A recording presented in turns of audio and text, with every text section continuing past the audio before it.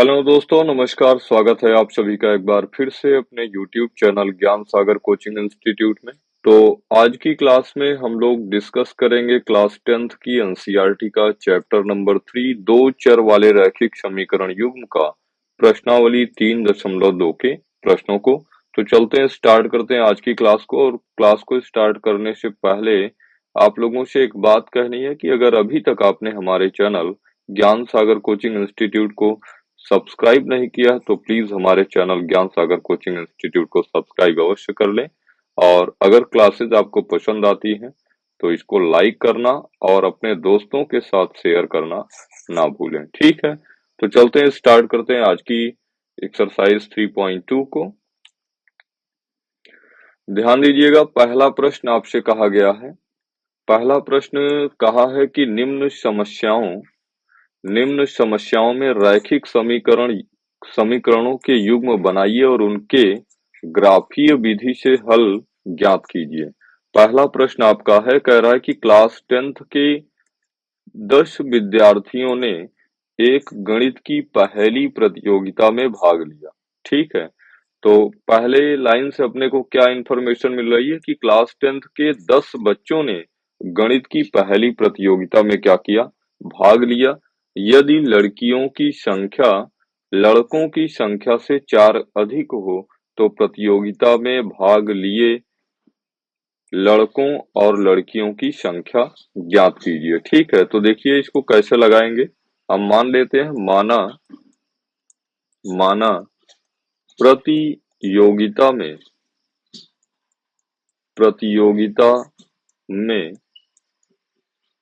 लड़कियों भाग लिए लड़कियों की संख्या भाग लिए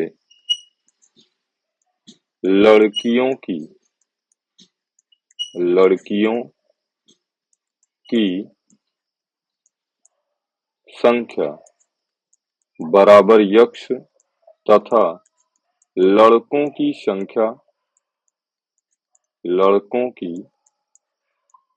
संख्या बराबर वाई है। ठीक है, तो हमने कहा कि प्रतियोगिता में यक्ष लड़कियों ने पार्टिसिपेट किया जबकि लड़कों ने कितना, वाई लड़कों ने पार्टिसिपेट किया। जबकि पहला कंडीशन क्या कह रहा है कि कुल 10 विद्यार्थियों ने गणित की पहेली प्रतियोगिता में भाग लिया। तो प्रथम शर्त से हम कह सकते हैं, प्रथम शर्त से, तो पहली शर्त क्या कह रहा है कि कुल विद्यार्थियों की संख्या कितनी है, 10 है। यहाँ पर कुल विद्यार्थियों की संख्या कुल विद्यार्थियों की संख्या बराबर 10, ये आपको गिवन है। यानी कि यक्ष प्लस वाई जो होगा वो बराबर होगा किसके, 10 के। इसको हम कह देते हैं, ये अपना इक्वेशन नंबर फर्स्ट है। और अगर दूसरे टर्म में मैं बात करूं तो कह रहा है कि लड़कियों की संख्या लड़कों की संख्या से 4 अधिक है। तो द्वितीय शर्त क्या है, देखिएगा। द्वितीय शर्त से, और द्वितीय शर्त आपका कह रहा है कि लड़कियों की संख्या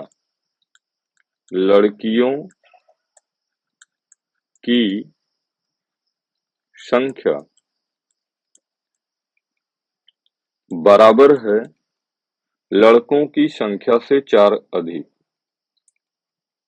लड़कों की संख्या से 4 अधिक। ठीक है, तो लड़कियों की संख्या को हमने माना है कितना, यक्ष जो है वो लड़कों की संख्या से 4 ज्यादा है। यानी इसी इक्वेशन को आप लिख सकते हैं, x minus y is equals to 4। ये आपका बन गया इक्वेशन नंबर सेकेंड। ठीक है, तो ध्यान दीजिए, यहाँ पर आपसे कहा क्या है, ग्राफीय विधि से हल कीजिए। जबकि मैं इस सवाल को हल करूंगा किस विधि से, विलोपन विधि से। ग्राफीय विधि मैंने आपको ऑलरेडी बता दिया है। ठीक है, तो विलोपन विधि हम लोग यहाँ पर लगा के यक्स और वाई की वैल्यू निकालेंगे, क्योंकि ग्राफ विदाउट पेन पेंसिल और स्केल के बनाना थोड़ा सा ना उतना बेहतर सेंस नहीं देता है, तो इसलिए मैं इसको क्या कर रहा हूँ, विलोपन विधि से ही लगा रहा हूँ।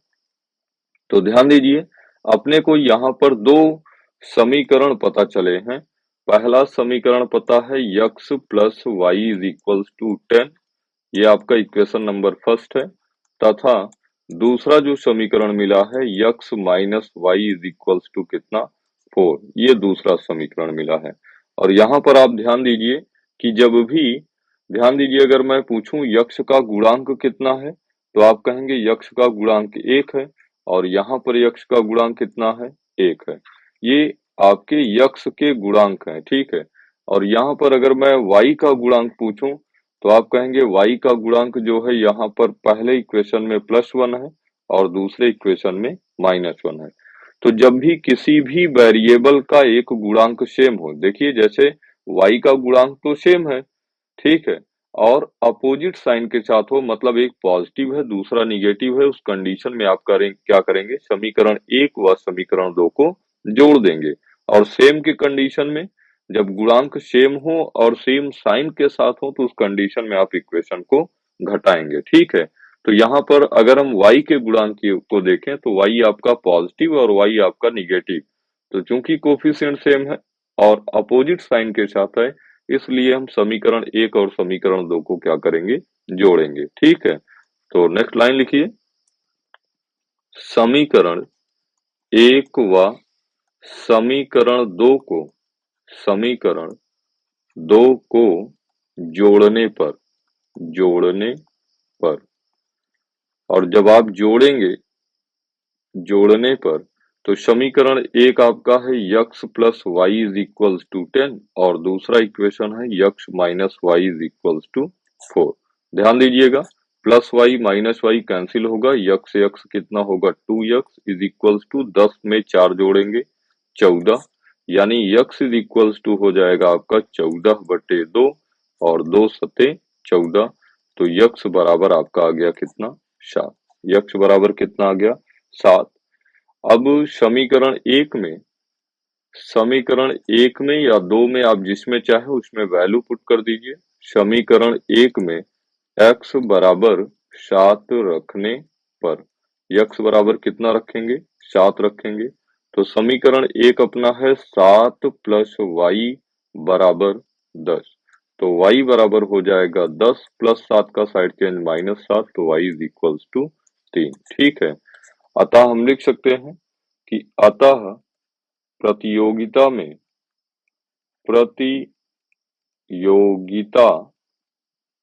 में भाग लेने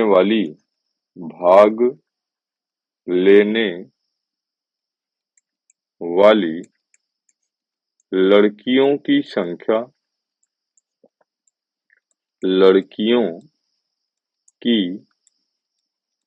संख्या x इज इक्वल्स टू 7 तथा लड़कों की संख्या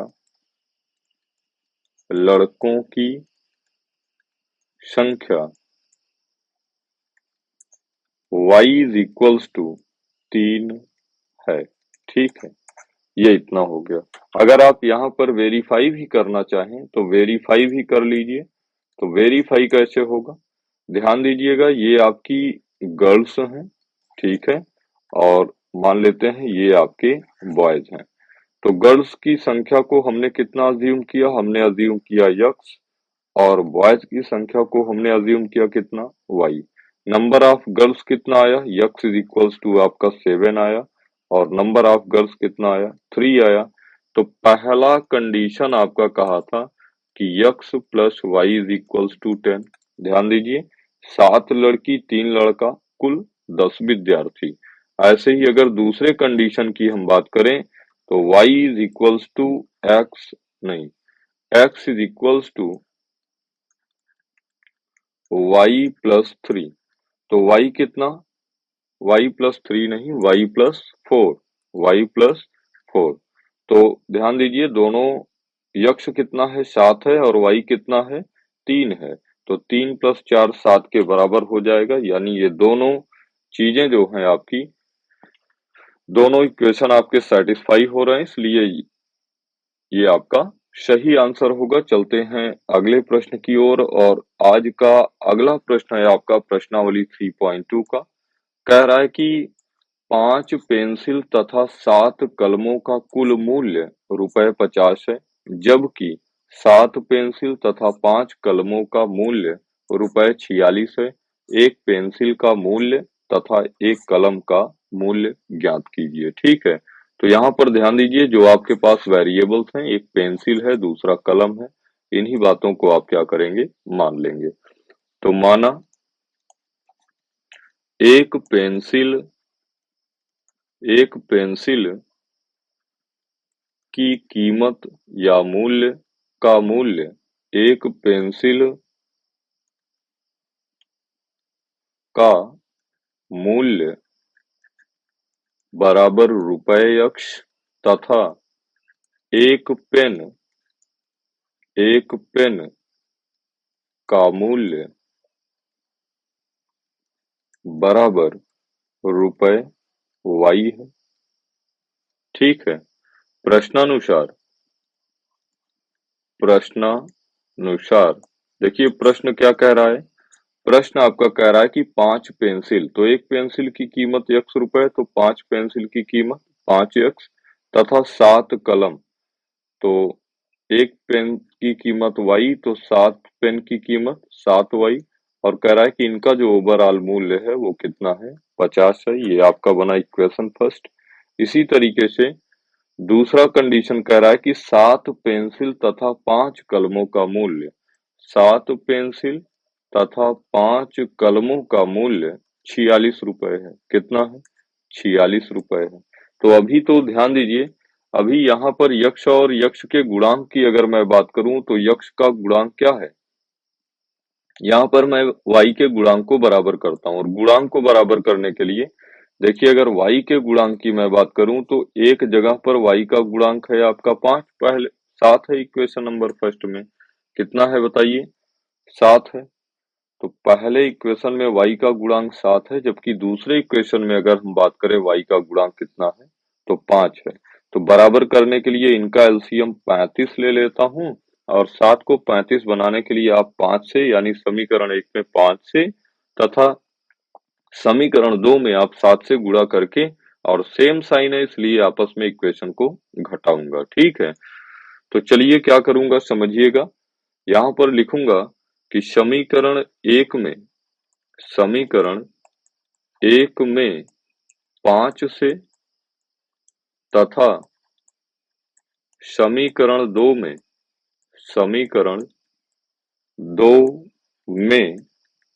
7 से गुणा करके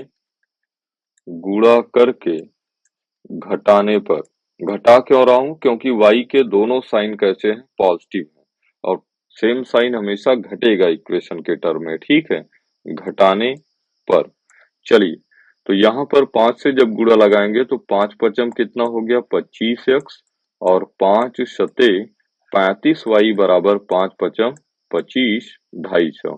जबकि दूसरे इक्वेशन में 7 से गुणा लगाएंगे तो 7 सता 49x प्लस 7 पचे 35y इज इक्वल्स टू 7 छंग 42, 2 हासिल 4, और 7 चौके 28, 28 4 32। और आप जानते हैं कि घटाते समय चिन्ह क्या होगा, चेंज हो जाएगा। तो जो पॉजिटिव है वो निगेटिव, और जो निगेटिव है वो पॉजिटिव। हालांकि नीचे सभी पॉजिटिव थे तो सभी निगेटिव हो गए। अभी ध्यान दीजिएगा, प्लस 35y माइनस 35y आपका कैंसिल आउट होगा।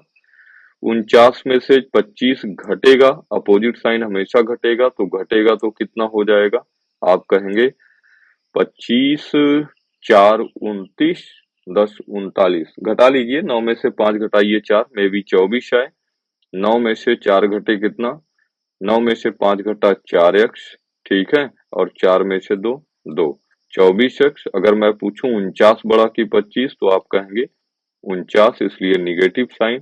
और 322 में से 350 जब घटाऊंगा तो यहाँ पर 2 में 0 2, 12 में 5 7, और 2 में 2 कुछ नहीं, और यहाँ पर भी आपका निगेटिव आ गया। यानी जो फाइनल आपके पास बचा है इक्वेशन को हल करने के बाद, वो बचा है -24 बराबर माइनस का 72।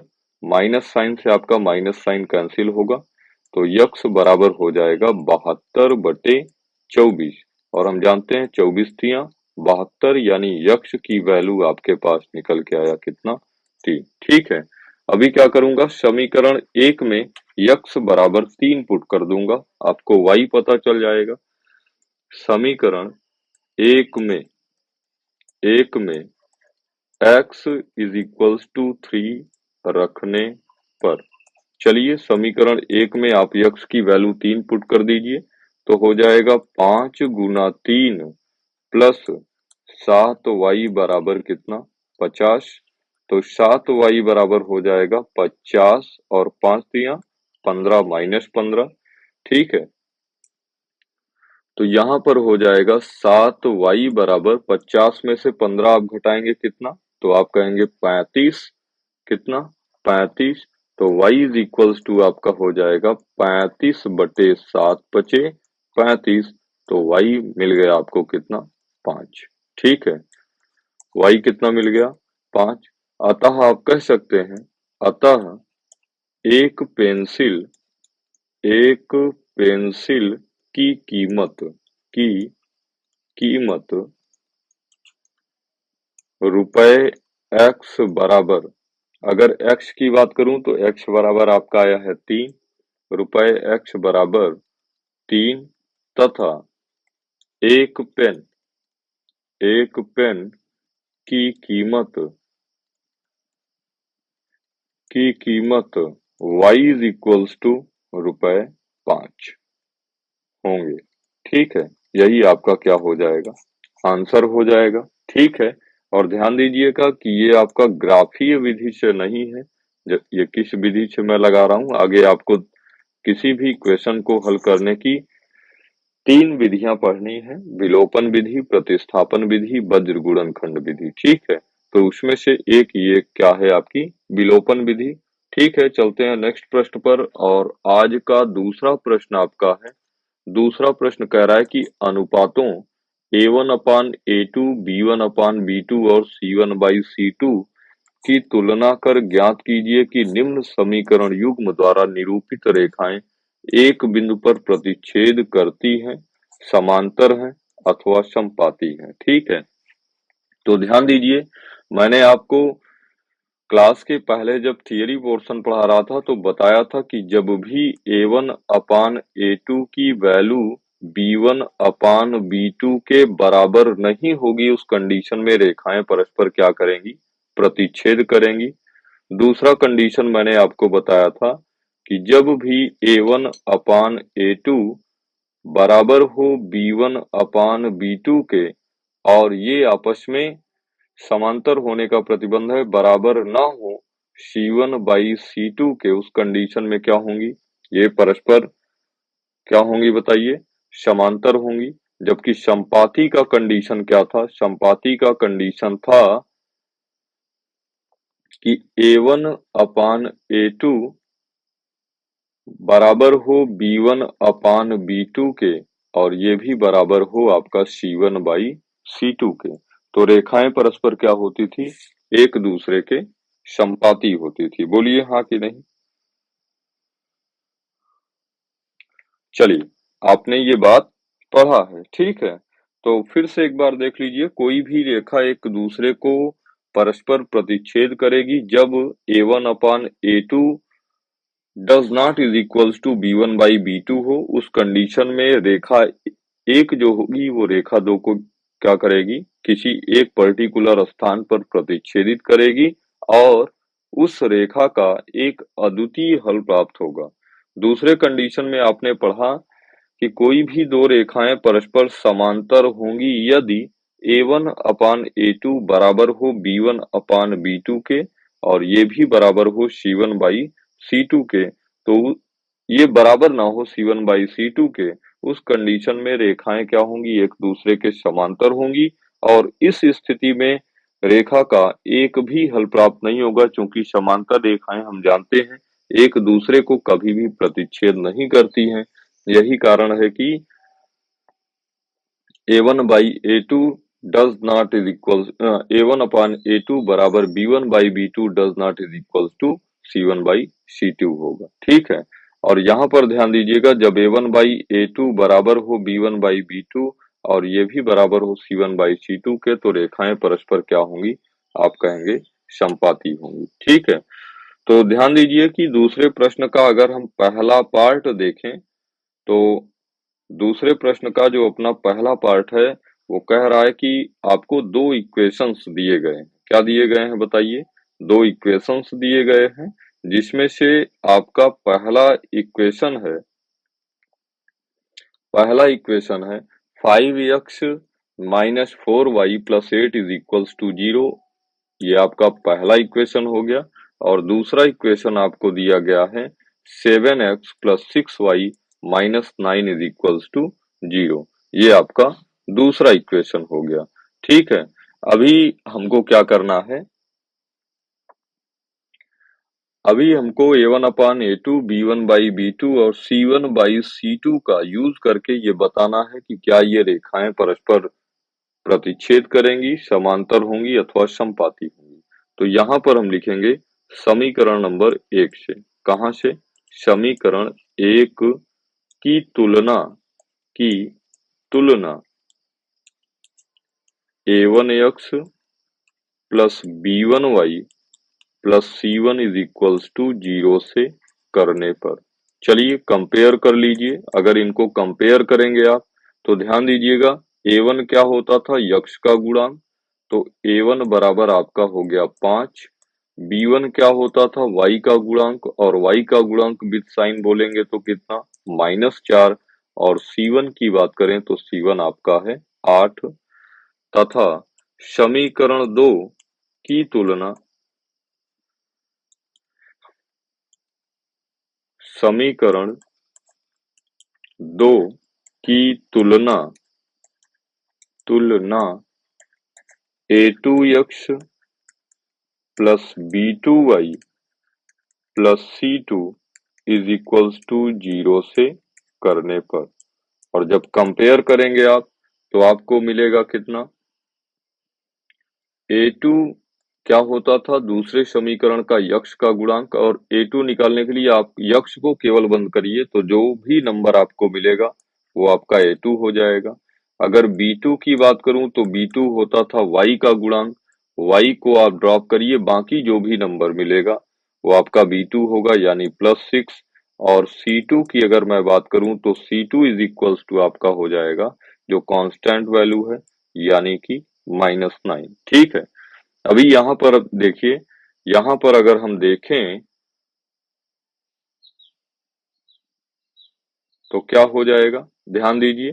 अगर हम A1 बाई A2 की वैल्यू निकालें तो A1 अपने पास कितना है, आप कहेंगे 5 है, और A2 की वैल्यू की अगर बात करूं तो 7 है। इसी प्रकार अगर हम B1 बाई B2 की वैल्यू निकालें, B1 बाई B2, तो B1 कितना, आप कहेंगे -4, और B2 कितना, आप कहेंगे 6। और ज्यादा सिंप्लीफाई करेंगे तो 2 दूनी 4 और 2 तिया 6, यानी आप कह सकते हैं कि जो B1 बाई B2 होगा वो आपका बराबर होगा -2/3 के। तो यहाँ से हम कह सकते हैं, यहाँ पर हम कह सकते हैं चूंकि A1 upon A2 does not is equals to B1 by B2, B1 by B2, यहाँ पर ध्यान दीजिए A1 upon A2 does not is equals to B1 by B2, क्योंकि 5/7 की वैल्यू -2/3 के बराबर थोड़ी ना है। और अतः हम कह सकते हैं, अतः रेखाएं रेखाएं एक दूसरे को एक दूसरे को कह रहा है क्या करेंगी, तो आप कहेंगे प्रतिच्छेदित करेंगी, क्योंकि पहला वाला कंडीशन आपका निकल के सामने, एक दूसरे को प्रतिच्छेदित प्रतिच्छेदित करेंगी करेंगी। इसी तरीके से अगर ध्यान दीजिए, ये आपका एग्जाम ओरिएंटेड प्रश्न है। ये आपके एग्जाम में एक प्रश्न अवश्य छपेगा और इन सारे प्रश्नों पर ना आपको प्रैक्टिस करनी है, हालांकि बहुत आसान है। चलते हैं, लेते हैं आज का दूसरा प्रश्न। और दूसरा प्रश्न क्या कह रहा है सुनिएगा। कह रहा है कि अनुपातों A1/A2, B1/B2 और C1/C2, यानी सेम प्रश्न है। आपको बताना है कि क्या रेखाएं एक दूसरे को प्रतिच्छेद करेंगी, समांतर होंगी अथवा संपाती होंगी। ठीक है, तो अभी अभी मैंने आपको कंडीशन बताया है। प्रतिच्छेद की स्थिति में A1/A2 does not is equals to B1/B2 होगा। समांतर के कंडीशन में A1/A2 B1/B2 के तो बराबर होगा, लेकिन ये दोनों वैल्यूज आपकी C1/C2 के बराबर नहीं होंगी। और संपाती का कंडीशन कहता है कि A1/A2 B1/B2 और C1/C2 सभी एक दूसरे के क्या होंगे, बराबर होंगे। ये बातें ना आपको बार बार लिखनी है, आपको रिमाइंड हो जाएंगी। तो चलिए यहाँ पर ध्यान दीजिएगा। मान लेता हूं कि ये आपका पहला इक्वेशन है, ये आपका दूसरा इक्वेशन है। ठीक है, तो उस कंडीशन में अगर हम बात करें तो यहाँ पर हम लिखेंगे समीकरण एक की तुलना जैसा पहले वाले प्रश्न में लिखा था, तुलना A1x plus B1y plus C1 is equals to 0 से, तथा समीकरण दो की तुलना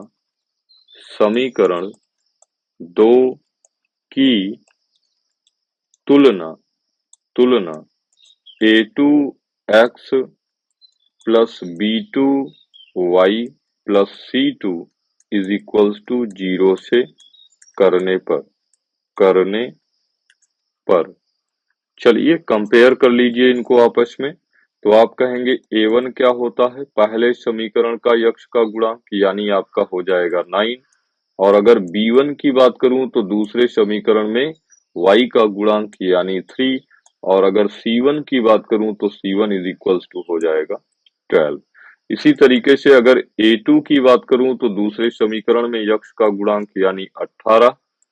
और अगर B2 की बात करें तो B2 इज इक्वल्स टू हो जाएगा y का गुणांक यानी कि 6। और अगर C2 की बात करें तो C2 हो जाएगा आपका प्लस 24।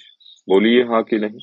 यहाँ पर सबसे पहला काम आप क्या करेंगे, A1/A2 निकाल लीजिए। चूंकि A1/A2 इज इक्वल्स टू आपका हो जाएगा, A1 है 9 और A2 है 18। 9 और 18 और 9 एकन्नम 9, 9 दूनी 18, यानी आप कह सकते हैं कितना, 1/2।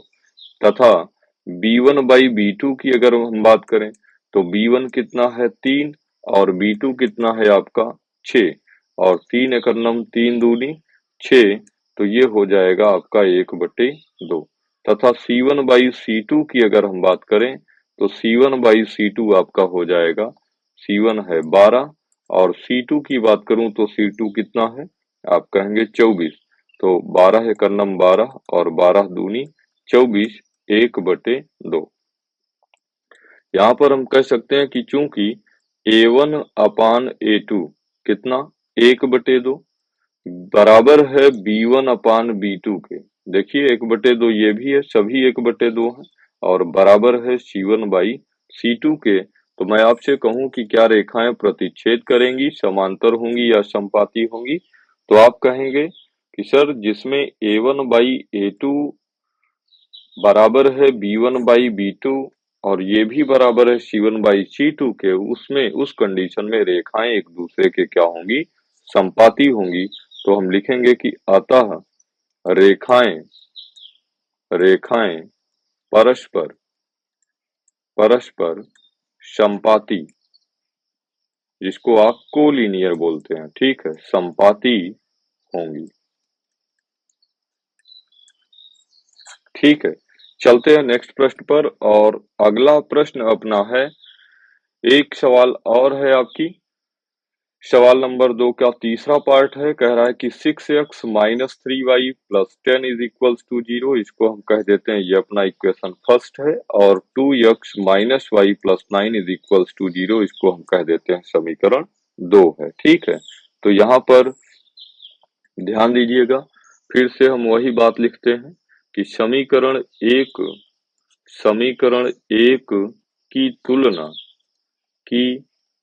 तुलना a1x plus b1y plus c1 is equals to 0 से तथा समीकरण दो की तुलना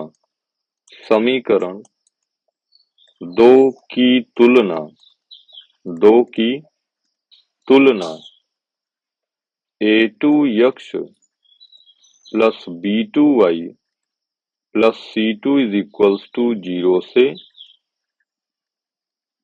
करने पर, चलिए कंपेयर कर लेते हैं। तो a1 आपको मिलेगा 6, b1 आपको मिलेगा -3 और c1 आपको मिलेगा 10। a1 कितना 6, b1 -3 और c1 10। ठीक है, इसी तरीके से अगर a2 की बात करूं तो a2 होगा आपका 2, b2 की अगर बात करूं तो b2 होगा y का गुणांक, और y का गुणांक ध्यान दीजिएगा यहाँ पर -1y इसको आप पढ़ेंगे तो b2 कितना हो गया -1, और अगर c2 की बात करूं तो c2 आपका है 9। चलिए अगर हम a1 बाई a2 की बात करें तो a1 है 6 और a2 कितना है 2, और 2 तिया 6 तो आप कहेंगे 3। b1 बाई b2 की अगर हम बात करें तो b1 by b2 is equals to हो जाएगा -3 बटे -1, माइनस से माइनस कैंसिल आउट होगा और फाइनली मिला कितना 3। और अगर c1 बाई c2 की बात करूं तो c1 कितना है 10 और c2 कितना है 9। ठीक है, तो ध्यान दीजिए a1 अपान a2 की वैल्यू कितनी 3, b1 बाई b2 की वैल्यू कितनी 3, c1 बाई c2 कितना तो 10 बटे 9। तो यहाँ हम कह सकते हैं कि a1 बाई a2 बराबर है b1 बाई b2 के, लेकिन ये दोनों आपस में ना c1 बाई c2 के बराबर नहीं है।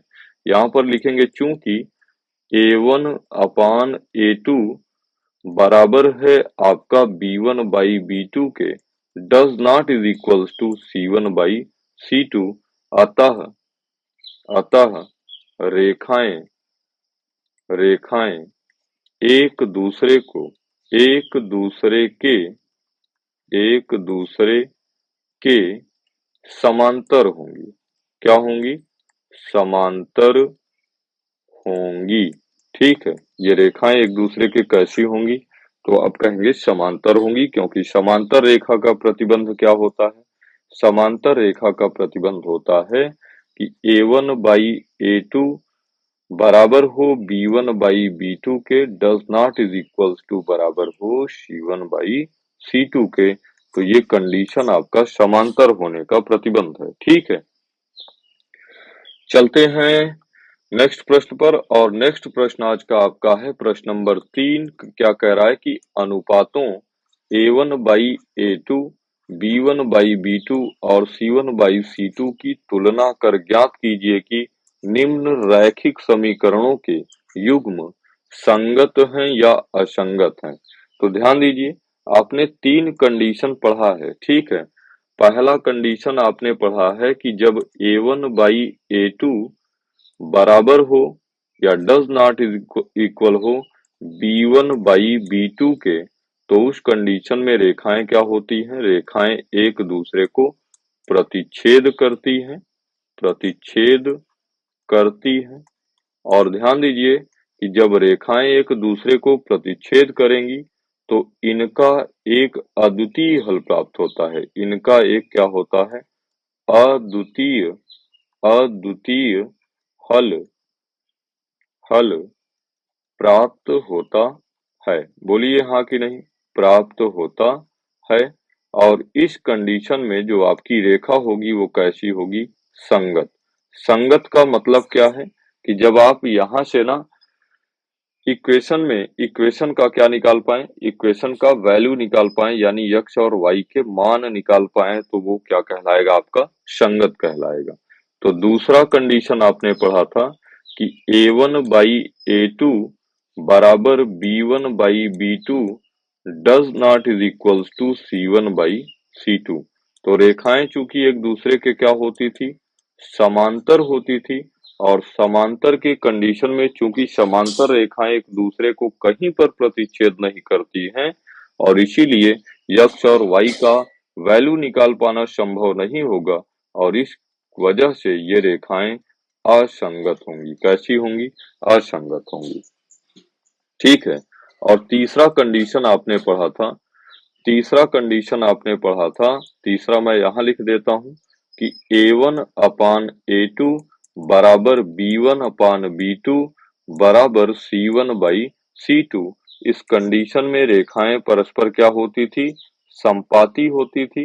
और मैंने आपको बताया है कि संपाती रेखाएं एक दूसरे पर एग्जिस्ट करती हैं, यानी इनके कॉमन पॉइंट्स क्या होते हैं? इनफाइनाइट होते हैं, क्योंकि आपने ये भी पढ़ा है रेखा और कोण क्लास 9th में कि एक रेखा पर अनंत बिंदु स्थित होते हैं, इसलिए इसके आपके अनंत हल प्राप्त होते थे। कैसे? आप कहेंगे अनंत हल प्राप्त होते थे।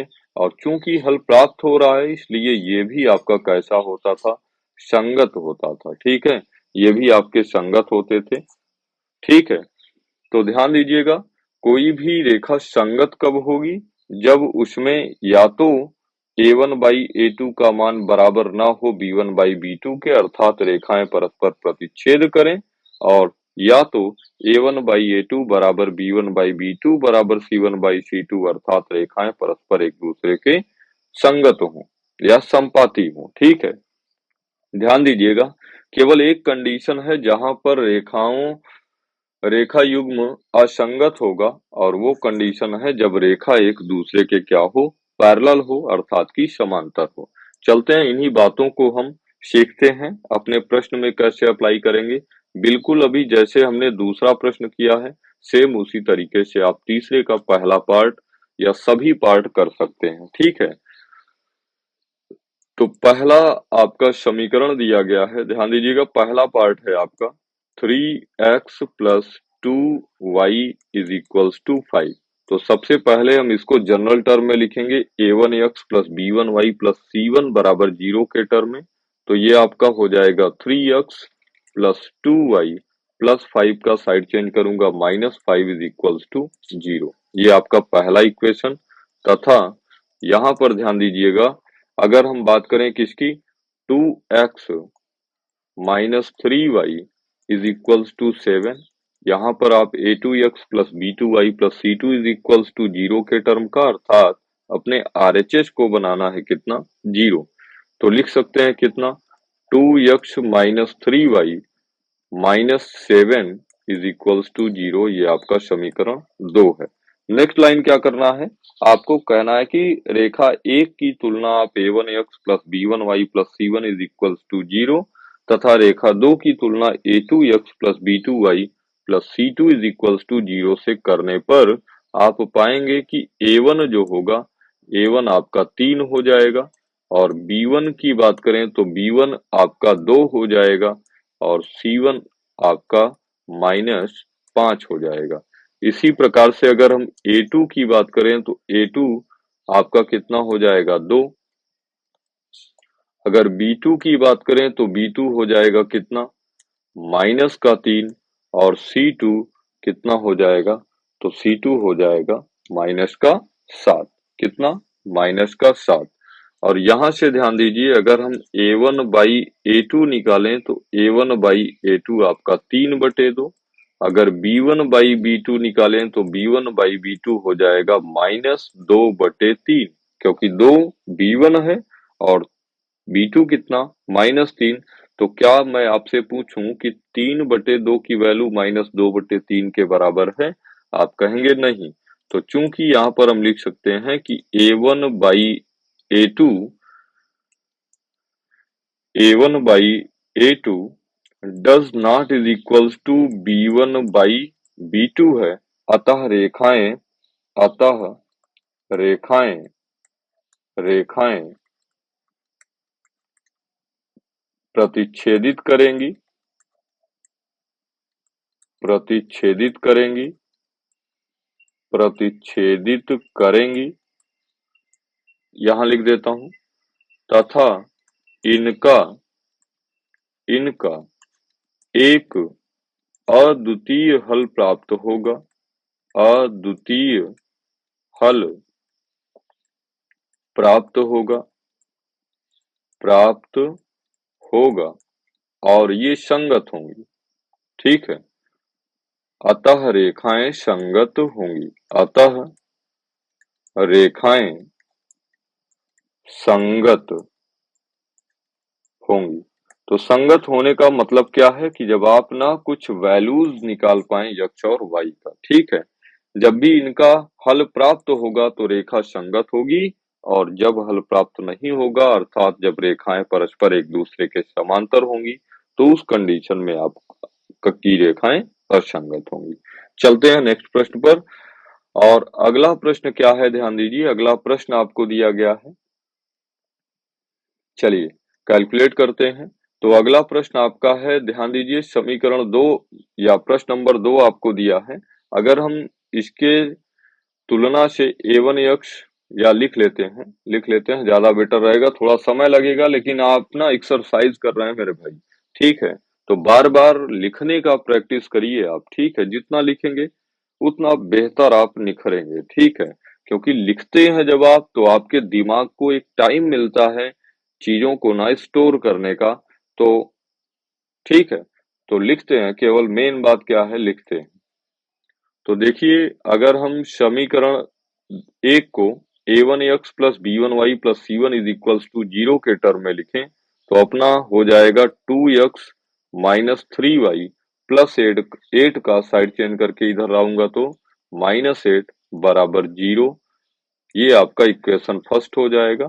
तथा अगर यहाँ पर +9 का साइड चेंज करके लाऊंगा तो आपका हो जाएगा 4x minus 6y minus 9 is equals to 0। तो यहाँ से a1 बराबर आपका 2, b1 बराबर -3 और c1 बराबर -8, और अगर यहाँ से a2 की बात करूं तो 4, b2 की बात करूं तो -6 और c2 की बात करूं तो -9। अब यहाँ पर लिखेंगे चूंकि a1 बाई a2, a1 कितना तो आप कहेंगे 2 और a2 कितना 4, और 2/4 को आप जानते हैं लिख सकते हैं कितना, 2 दूनी 4, 1/2। और इसी प्रकार से अगर हम b1 बाई b2 की बात करें तो b1 कितना आप कहेंगे b1 है -3 और b2 कितना -6, -6 माइनस कैंसिल आउट, 3 एकम 3 दूनी 6, यानी ये भी 1/2 हो गया। ध्यान दीजिए, जब दो बराबर हो जाए तो आपको तीसरा निकालना पड़ेगा यानी C1 बाई C2।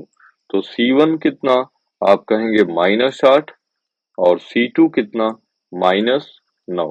तो माइनस से माइनस कैंसिल आउट हुआ, फाइनली मिला कितना 8/9। यहाँ पर लिखिएगा चूंकि A1 बाई A2 बराबर है आपका B1 बाई B2 के, 1/2 के बराबर है, लेकिन C1 बाई C2 के बराबर नहीं है, does not is equals to C1 by C2। अतः रेखाएं अतः रेखाएं रेखाएं परस्पर परस्पर समांतर होंगी समांतर होंगी तथा इनका तथा इनका एक भी हल प्राप्त नहीं होगा, एक भी हल प्राप्त नहीं होगा। फलतः फलतः ये रेखाएं असंगत होंगी। कैसी होंगी? असंगत, यानी इनका हल प्राप्त नहीं किया जा सकता है, असंगत होंगी। ठीक है, ये आपका फाइनल आंसर हो गया। चलते हैं प्रश्न नंबर 3 पर। प्रश्न नंबर 3 आपसे क्या कह रहा है कि सेम स्टेटमेंट है, बस यहाँ पर आपको ना इक्वेशंस का फॉर्मेट चेंज किया गया है। तो फॉर्मेट चेंज किया गया है, उससे आपको कोई फर्क नहीं पड़ना चाहिए। तो पहला चीज देखिए, कुछ ना स्टेप्स हैं। पहले आपको किसी भी रेखा को अगर a1x plus b1y plus c1 is equals to 0 के टर्म में नहीं है तो उस टर्म में बनाना है। कोफिशिएंट्स को कंपेयर करना है। x का गुणांक a1 या a2 कहलाएगा, y का गुणांक b1 या b2 कहलाएगा। a1 कब कहलाएगा? इक्वेशन फर्स्ट में x का गुणांक। a2 कब कहलाएगा? इक्वेशन सेकंड में x का गुणांक।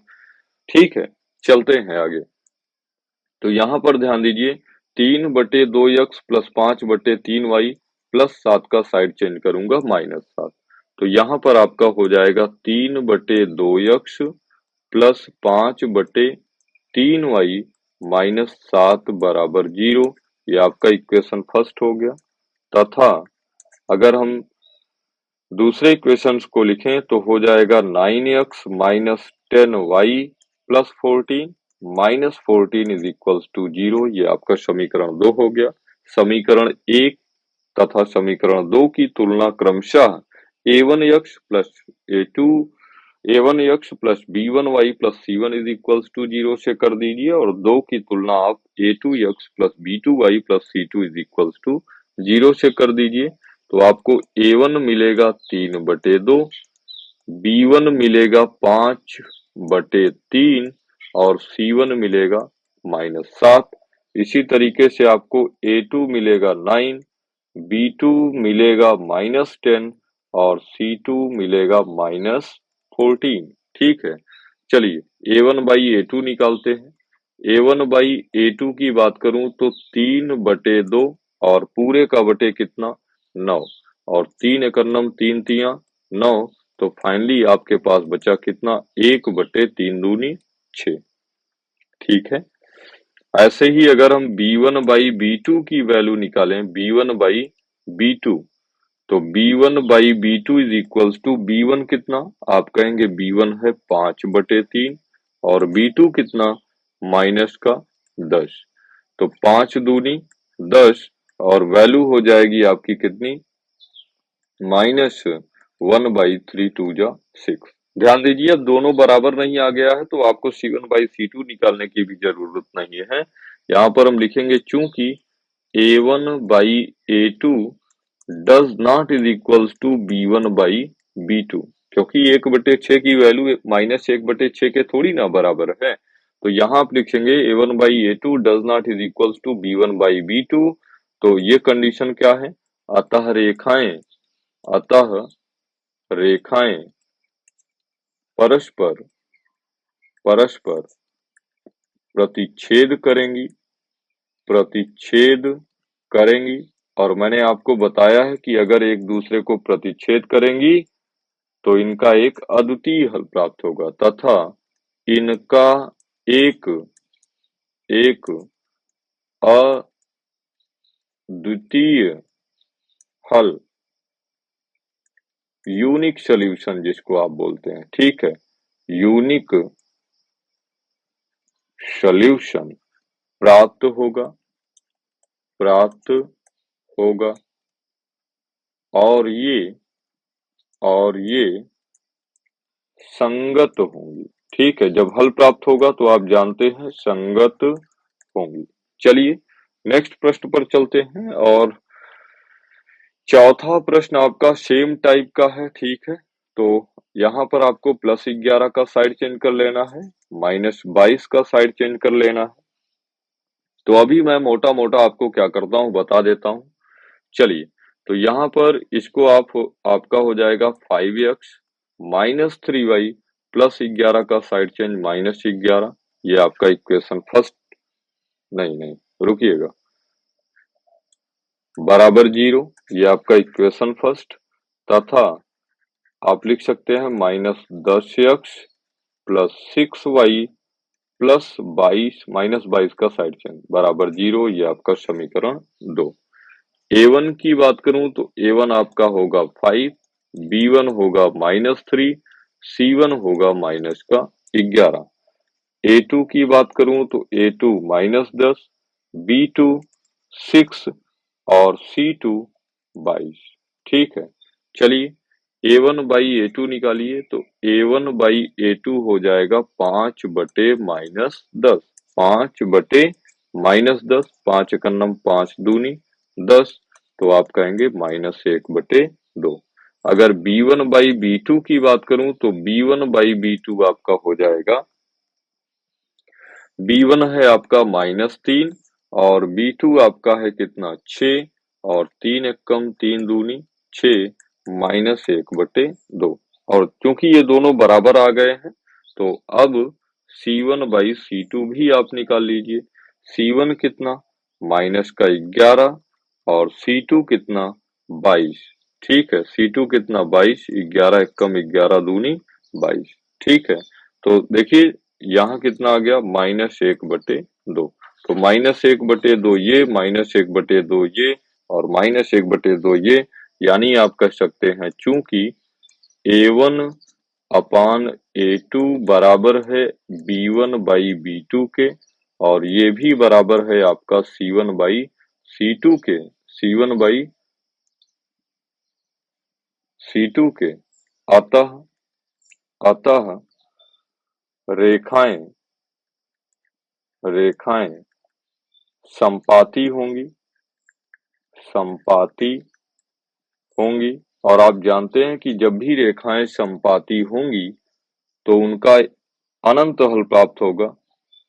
ठीक है, अतः रेखाएं संपाती होंगी तथा इनका अपरिमित रूप से अपरिमित यानी आप गणना नहीं कर सकते हैं। ठीक है, अपरिमित रूप से अनंत हल अनंत हल प्राप्त होंगे, अनंत हल प्राप्त होंगे तथा ये संगत होंगी। जब हल प्राप्त होगा तो ये कैसी होंगी? संगत होंगी। आपसे यही तो पूछा था कि संगत होंगी या असंगत, आप बताइए। तो आपने कहा ये रेखाएं कैसी होंगी? संगत होंगी। चलते हैं प्रश्न नंबर 3 का 5वां पार्ट लेते हैं। प्रश्न का 5वां पार्ट क्या कह रहा है?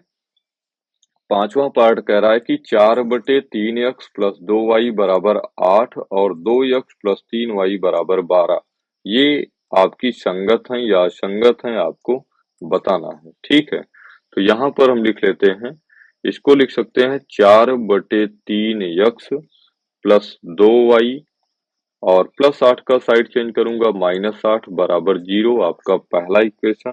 और यहाँ पर अगर हम लिखें तो 2x प्लस 3y प्लस 12 का side change -12 is equals to 0, ये आपका इक्वेशन नंबर सेकंड हो जाएगा। अगर हम A1 की बात करें तो A1 आपका हो जाएगा 4/3, B1 आपका हो जाएगा 2 और C1 हो जाएगा -8। A2 की बात करें तो A2 2, B2 3 और C2 -12। ठीक है, यहाँ ध्यान दीजिए A1 अपान A2 देख लीजिए तो A1 4/3 और A2 की बात करूं तो A2 आपका है 2 और 2 दूनी 4 यानी 2/3 आपका ये A1/A2 निकल के आएगा 2/3। ठीक है, और अगर हम B1/B2 की बात करें तो B1/B2, B1 कितना तो आप कहेंगे 2 और B2 कितना 3। तो चूंकि दोनों बराबर आ गए हैं इसलिए आपको C1/C2 निकाल लेना है।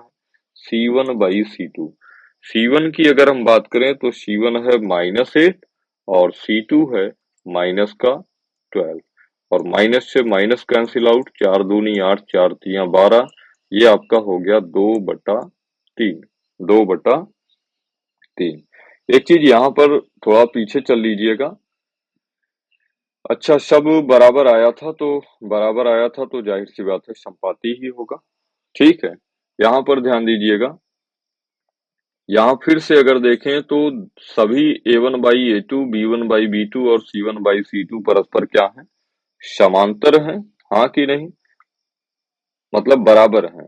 तो यही लाइन आपको फिर से लिख देनी है। मैं क्या करूंगा, इसको फिर से ना लिख के केवल यहां से उठा लूंगा। ठीक है, तो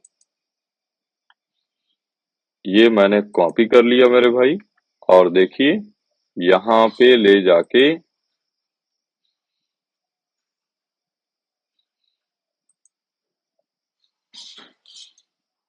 पेस्ट कर दिया। ठीक है, तो बिल्कुल सेम बात है। ठीक है, और सेम बात आपने लिख दिया। चलिए तो उम्मीद करते हैं आज के लिए बस इतना ही है। कल की क्लास में हम लोग स्टार्ट करेंगे प्रश्न नंबर 4 से। और अपना अभी ना फीडबैक दीजिए कि जो चीजें आपको बताई गई हैं ऐसे ही आपको प्रैक्टिस करनी है, ठीक है। प्रत्येक सवाल को 1 बार 2 बार 3 बार आपको लगाना है, चीजें आपके समझ में जरूर आएंगी, ठीक है। और ये मतलब जो मैं प्रयास कर रहा हूँ अपना 100% दे रहा हूँ कि आपको चीजों को बिल्कुल इजीएस्ट मेथड से बताया जाए, सबसे सरलतम रूप में बताया जाए।